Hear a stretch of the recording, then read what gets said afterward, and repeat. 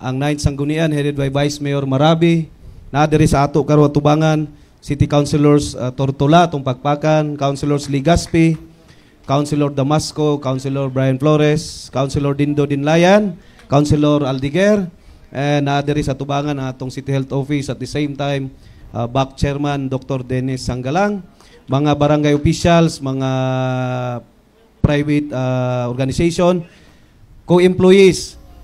On behalf of the people of Malaybalay, magpasalamat kita na gitagaan kita og opportunity na makahatag og serbisyos dakbayan sa Malaybalay. Sayod kita na dili lalim ang pag-allocate og amount. Kinahanglan gyud timbangon nimo tanan para mahatagan gyud og insakto gyud og aha ang angay. So manginangkamot unta ko na katong mga makadawat ani ng mga butang makahatag unta ninyo og serbisyo. Dayon patabanin ninyo og pag-amping. Ato ipakita sa katawan sa Malaybalay na naagid siya result.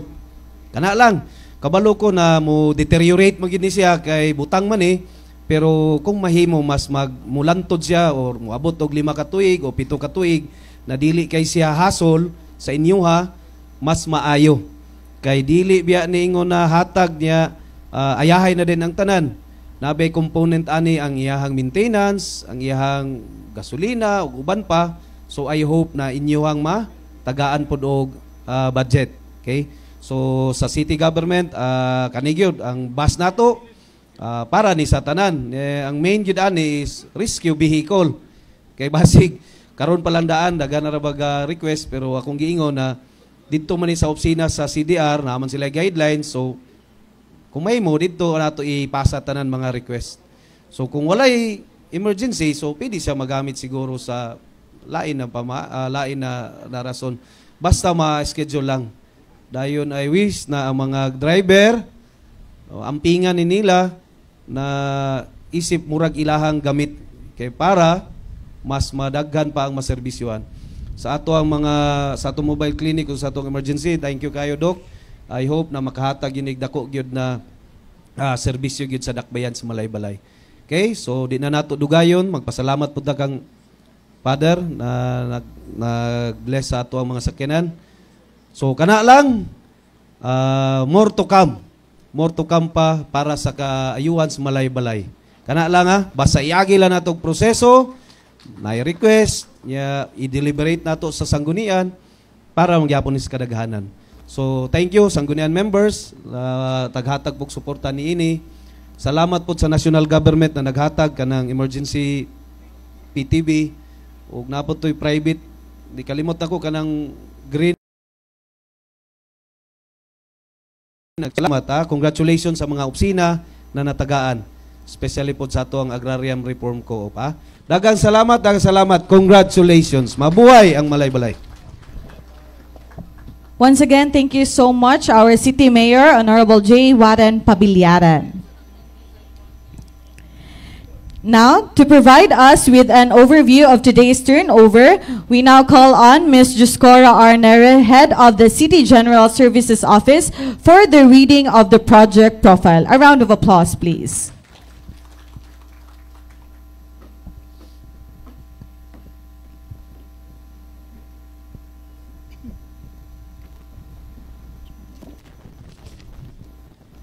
To our young an energetic Mayor, Attorney G. Warren R. Pabiliaran, members of the Sangguniang Panlungsod, headed by Vice Mayor Honorable Estelito Marabe, members, councilors who are here, Councilor Nico Aldiger, Councilor Brian Flores, Councilor Winky Damasco, Councilor Alan Ryan Ligaspe, and Iski Federation President Honorable Christopher Lambert Tortola. Good morning. Today we are going to turn over 11 units of motor vehicles, of which 9 units is by purchase and 2 units is by donation from other government agency and from private entity. to end users and also 1 speed gun. It is a testament of good governance and transparency that these various motor vehicles were purchased through public bidding with the strong leadership of our God Mayor, Attorney G. Warren R. Pabillaran, for carrying the mandate of public service. So these are the following. Number 1 is 2 units brand new mini dump truck, Sino-Truck. The source of fund is General Fund, 20% Development Fund. In user is Barangay Sumpong and Barangay 6. Acquisition cost is 3,936,000. EBC is 5,300,000. Savings is 1,364,000,000. Supplier is Superior Motor Corporation. So the status is complete delivery. So date delivered is March 26, 2025. Number 2 is 1 unit farm tractor. Source of fund is General Fund, 20% Development Fund. In user is Simaya Agrarian Reform Cooperative. Acquisition amount is 1,948,500. EBC is 2 million. Savings is 51,500. Supplier is Agri Component Corporation. Status is complete delivery, meaning lahat na ng mga papilis. So date delivered is April 4, 2025. Number 3 is 1 unit Isuzu FBR 34Q 56-seater aircon bus. Source of fund is General Fund, 20% Development Fund. In user is CDRRMO Bar City Mayor's Office. Acquisition amount is 9,100,000. EBC is 11 million. Savings is 1,900,000. Supplier is Northmin Auto Dealership Incorporated. Status of delivery is complete. Date delivered is May 7, 2025. Number 4 is 1 unit HEMS Mobile Clinic Isuzu 4H K1 TCC. Source of fund is Trust Fund LDRRMF. In user is Sete Health Office. Acquisition amount 14,799,900. EBC is 15 million. Savings 200,100. Supplier is Palmera Asia Incorporated. Status of delivery lacking of OR, CR, and GSIS insurance. Date delivered is May 16, 2025.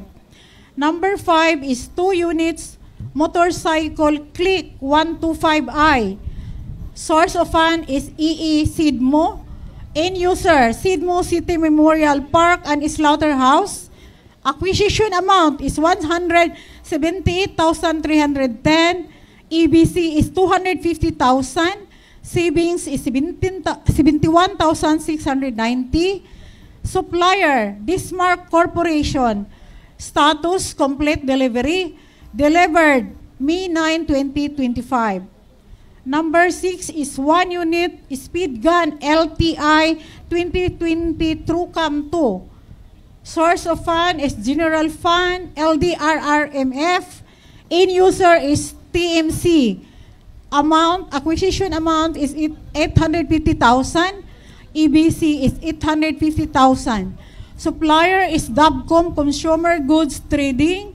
Status of delivery is complete. Date delivered May 9, 2025. Number 7 is 1 unit pickup Toyota Light East pickup. General Fund, 20% Development Fund. The end user is Barangay 8. Acquisition amount is 930,000. ABC is 1 million. Savings is 70,000. Supplier is Toyota Valencia Incorporated.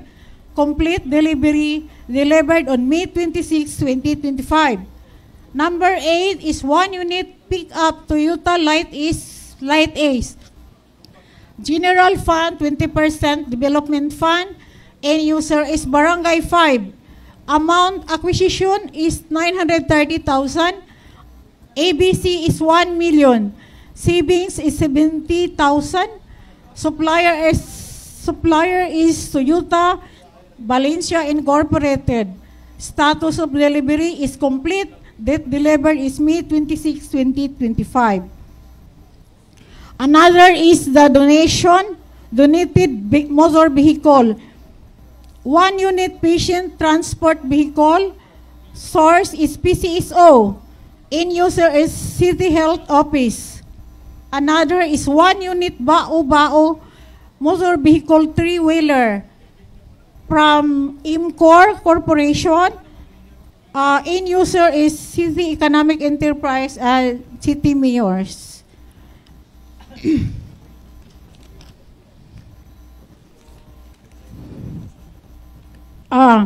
This certifies that said vehicles has been inspected and found to conform with the approved specification in accordance with the terms and conditions stipulated for this project.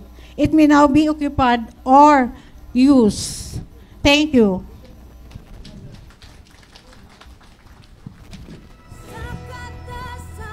Once again, thank you so much, Ma'am Juscora R. Nere from CGSO. Ladies and gentlemen, we will now proceed to the ceremonial turnover of keys and certificate to the following end users. So, akong gihangyo ang ato mga end users nga magtindog tapad sa ilahang vehicle. Magtindog tapad sa ilang vehicle, and we will wait sa ato ang city official nga i-turn over sa inyo ang keys and certificate. Okay, once again, sa ato ang mga end users from Barangay Sumpong, Barangay Sais, Simaya Agrarian Reform Cooperative, CDRRMO, City Health Office, SIDMO, Barangay 5, Barangay 8, and TMC nga magtindog tapad sa ilahang vehicles for the ceremonial turnover of keys and certificates. And may I request our city officials dito sa tapad sa ato ang mga vehicles.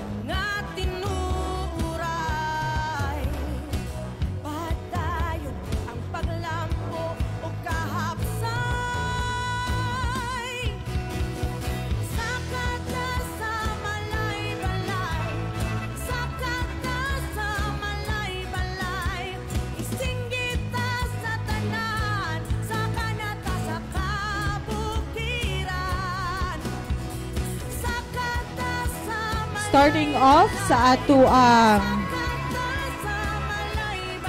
1 unit pick-up type Toyota Light Ace to Barangay 5.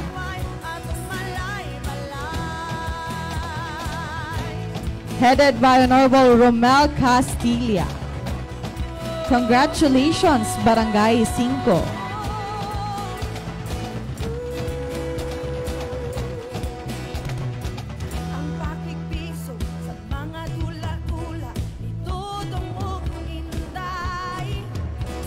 Up next, 1 unit pick-up type Toyota Light Ace to Barangay 8.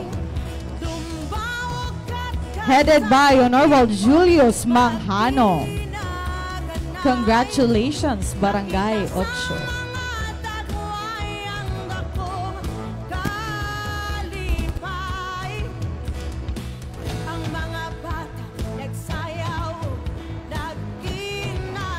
Next, 1 unit farm tractor to Simaya Agrarian Reform Cooperative.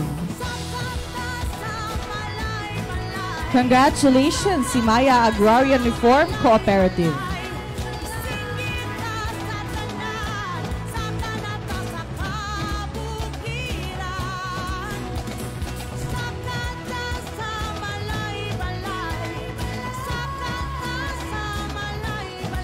Up next, 1 unit brand new mini dump truck, Sino truck to Barangay Sais.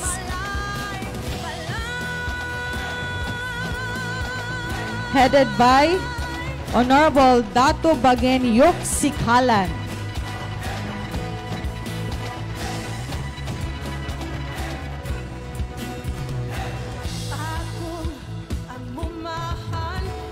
Once again, congratulations, Barangay Size.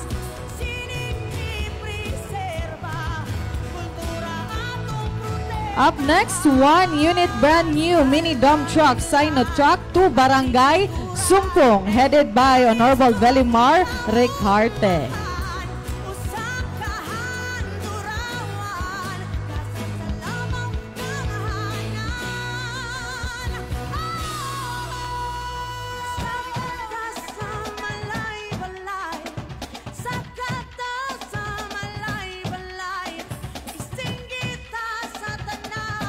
Congratulations, Barangay Sumpong. Up next, 2 units motorcycles Honda Click 125 to Sidmo, headed by Mr. Romeo Lapiceros Jr. And donations from MCOR, 1 unit 3-wheeler motor vehicle.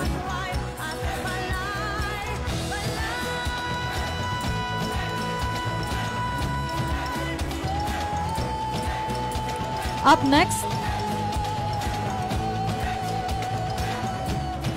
1 unit Isuzu 56-seater aircon bus to CDRRMO, headed by Mr. Alan J. Comiso.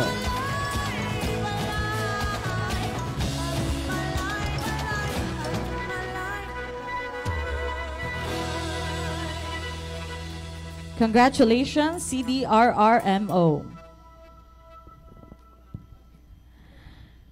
Next, 1 unit HEMS Mobile Clinic Isuzu to City Health Office, headed by Dr. Dennis P. Sanggalang.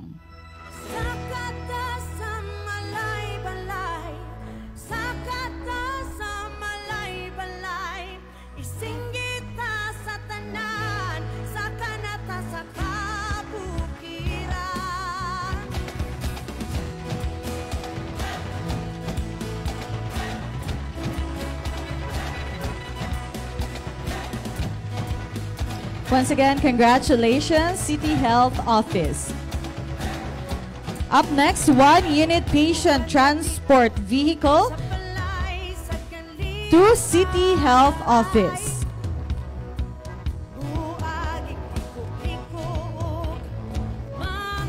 After the ceremonial turnover of keys and certificate, akong gihangyo again ang ato ang mga kaubanan nga mobalik sa ilang lingkuranan para sa pagbasa sa guidelines sa ato ang bus o sa ato ang mobile clinic. Congratulations, City Health Office. And lastly, 1 unit speed gun to Traffic Management Center.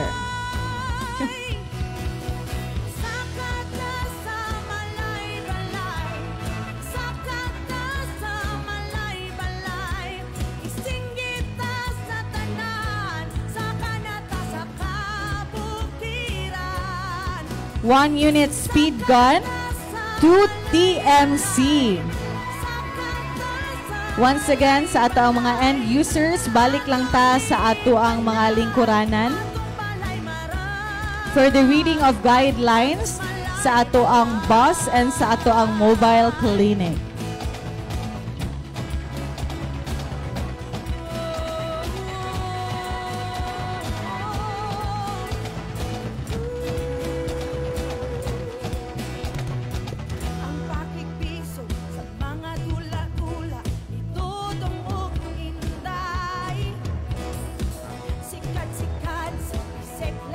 Okay, tanan natong vehicles and equipment nagkantidad og again 31,742,710 pesos. Once again, congratulations. May I request everyone to please settle down.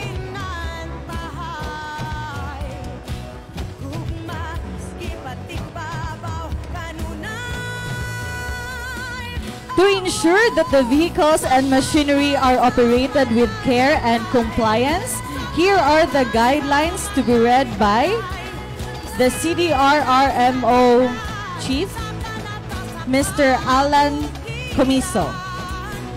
To be followed by the City Health Office, Dr. Dennis P. Sangala.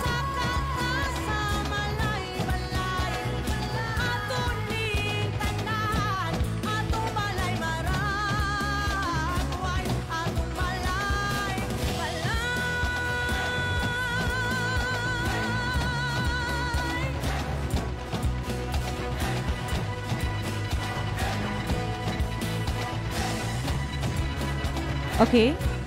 Once again, a round of applause to Dr. Dennis P. Sangala.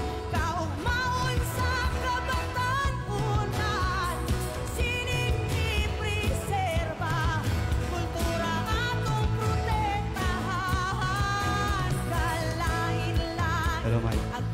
May buntag ka natong tanan. Of course, my respect to our city mayor, Mayor Warren Pabiliaran, sir. Good morning.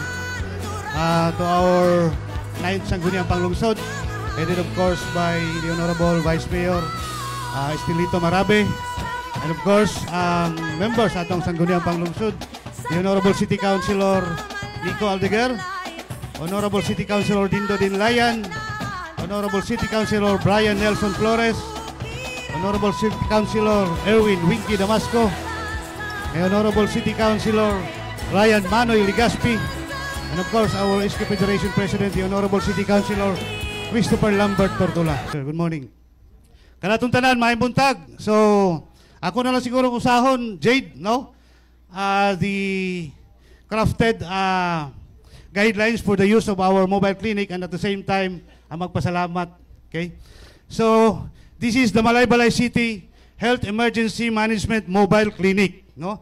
It is a mobile clinic used in the delivery of health services, especially in the aftermath of disasters, disease outbreaks, and health emergencies, especially in the hard-to-reach and remote areas and our geographically isolated and disadvantaged areas. It is a state-of-the-art health facility equipped with a cutting-edge medical equipment for comprehensive health examinations. The mobile clinic contains a standard set of equipments such as an X-ray machine, ultrasound machine, ECG, 2D echo, laboratory equipment, telemedicine kit, generator set, and an air conditioning units. For the policy statement, the Health Emergency Management Mobile Clinic shall be used to augment delivery of health services, especially in the aftermath of disasters. Kay ang source of fund gyud ani gikan ra ba ni sa HEMS na itong support program from the CDRRMO, no?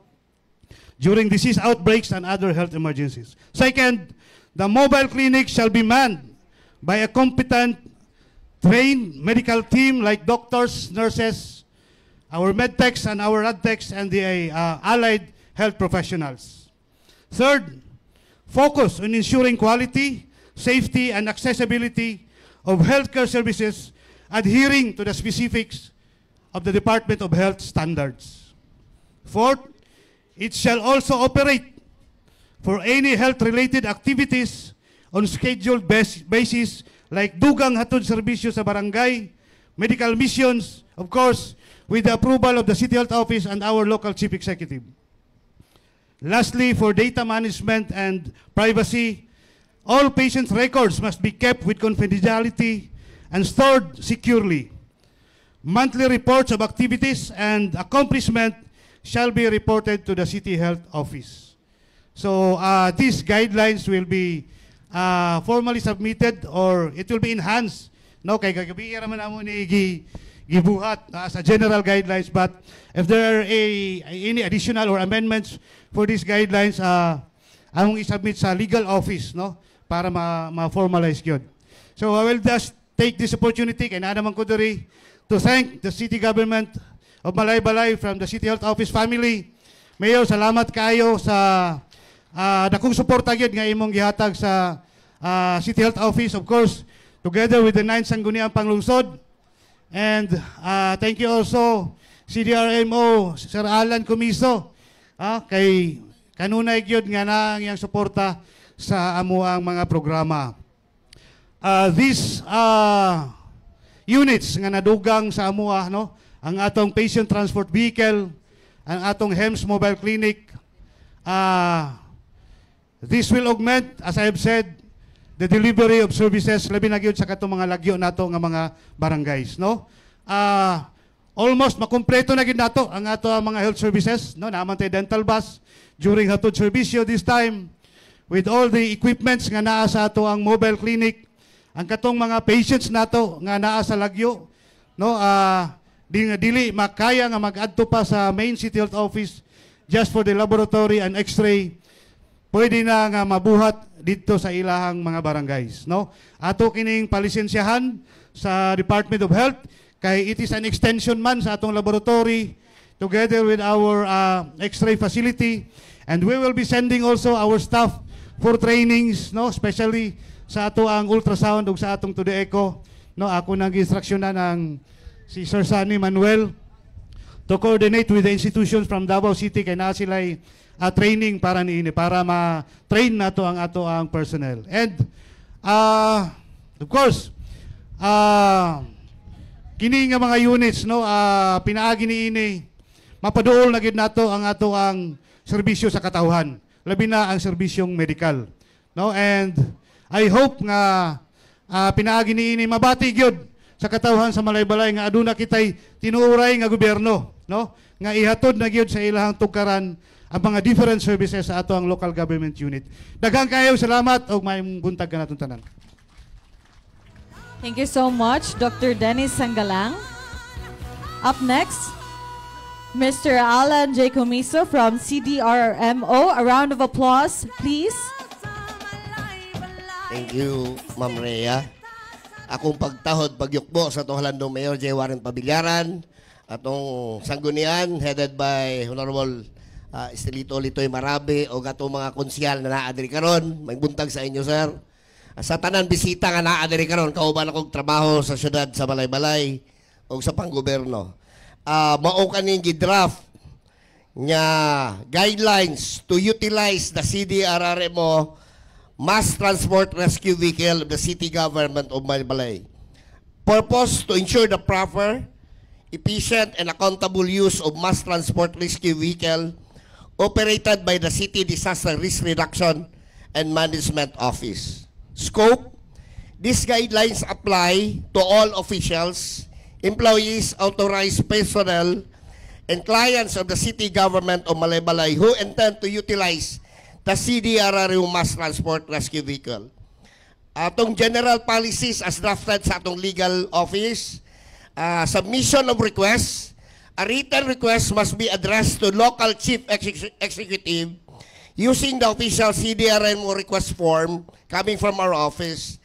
The request should include the following details: purpose, o say purpose nila, proposed dates and time, destination, number of passengers, contact persons, then submission of reporting of documents. The following documents must be submitted to CDRRMO along with the request form.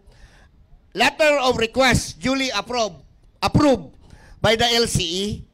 Second, valid identification of the requesting authority. Approval process. Number 3, once approved, the requesting party may be required to shoulder minimal or subsidized costs, for example, fuel, driver's allowance, etc. The requesting party must sign an indemnity bond. Next, usage must comply with existing guidelines. Use for political or religious purposes is prohibited unless explicitly authorized by the LCE. Coordination with CDRMO logistics. A, confirm the availability of the driver, schedule, and vehicle condition.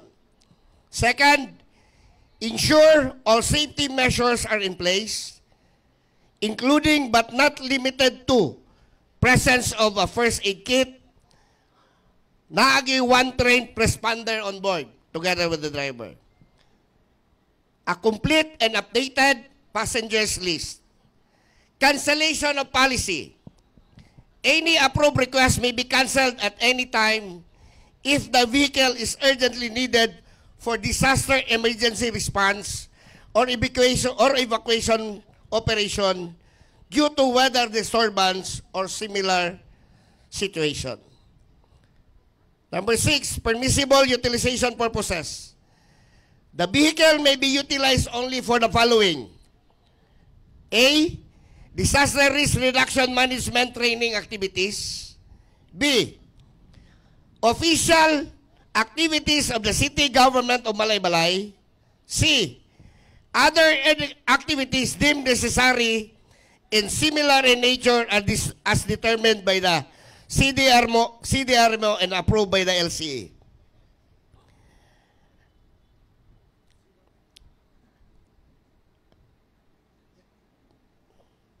Dili ko na lang siguro basahon ng uban kay murag office naman ni siya nga policy.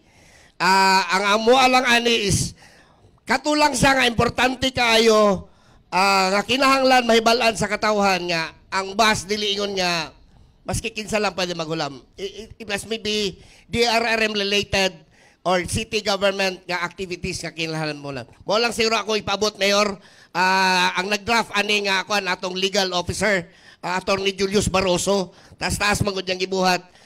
I-forward na mo ni sa Mayor for approval. Appeal ang mong format nga requesting form. Daghang salamat ug maayong buntag sa tanan.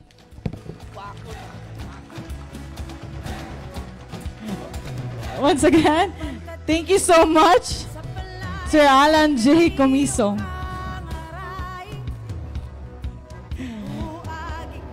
Okay, let us hear a few words of appreciation from the end user representative from Simaya Agrarian Reform Cooperative. May I call on Ms. Edna Saison Cagadas. A round of applause, please.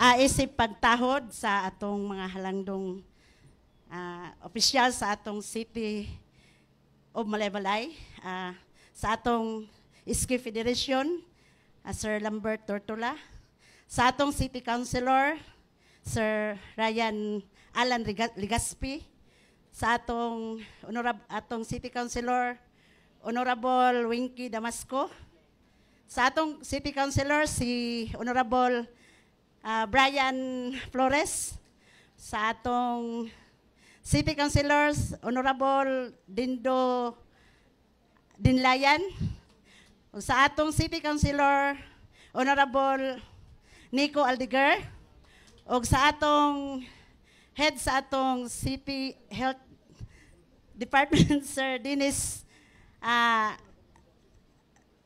Sanggalan, o sa atong City Mayor, Honorable Warren J. Warren Pabilyaran, o sa inyong tanan, o sa tanan nga naka-acquire nining atong mga blessing karon, maing buntag kaninyong tanan. In behalf sa among Simaya Agrarian Reform Cooperative, kami na dako kayo among kalipay o pasalamat kay dugay ra gyud kay namo ning gidamgo sa among kooperatiba nga maka-acquire kami og isa ka 1-unit tractor. So, Mayor, salamat kaayo kay sa karon aduna kami harvester. Dako gyud kay ni siya kaabag sa among harvester sa karon nga panahon kay makahatag kini og dugang namong mga mag-uuma nga mo magpa-tractor o magpa-harvest ka namo kay dili na wala nay babag o wala nay ilang mga kabalaka kung unsa mahitabo sa among harvester. So kini nga mga kahigayunan dako gyud kayo nga opportunity sa amo labi na gyud sa kooperatiba kay makatabang ni sa magpalambo, makadugang og income sa among kooperatiba og makahatag og dugang serbisyo sa katawhan labi na gyud diha sa mga mag-uuma. So daghan kayong salamat ug daghan kayong salamat sa Mayor sa inyong tanan. Once again, good morning. Thank you so much, Ma'am Edna from Simaya Agrarian Reform Cooperative. Before we end, akong gihangyo ang tanan nato and users ang ato ang city officials para mag-usa kita og picture kauban ang ato ang unit vehicles. Kita tanan, sir. Oo, yes, sir. Dito ta sa ubos, padaganan lang dahil nato og drone.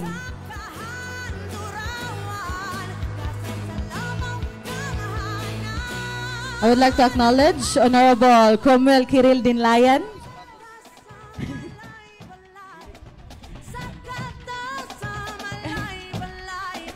Once again, sa atong mga end users, atong mga department heads, atong mga punong barangay,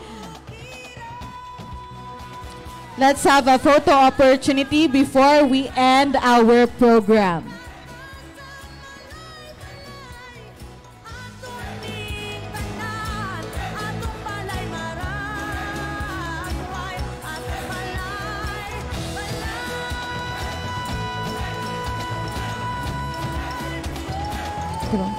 Layo.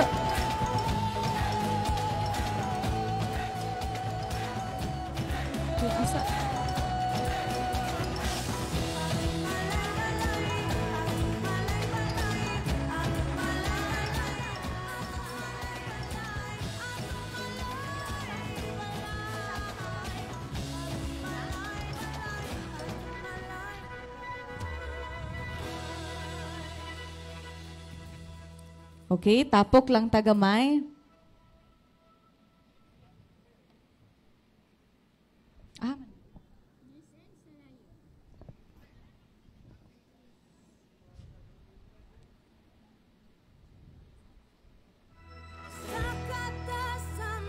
Ato lang hulatan gamay atong drone.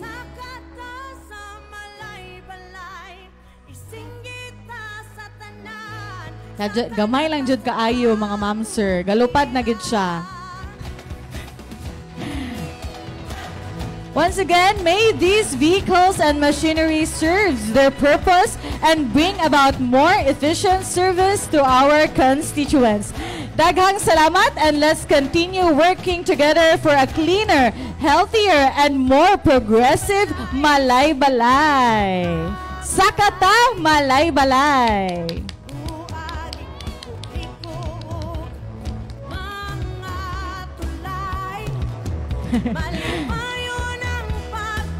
Thank you so much.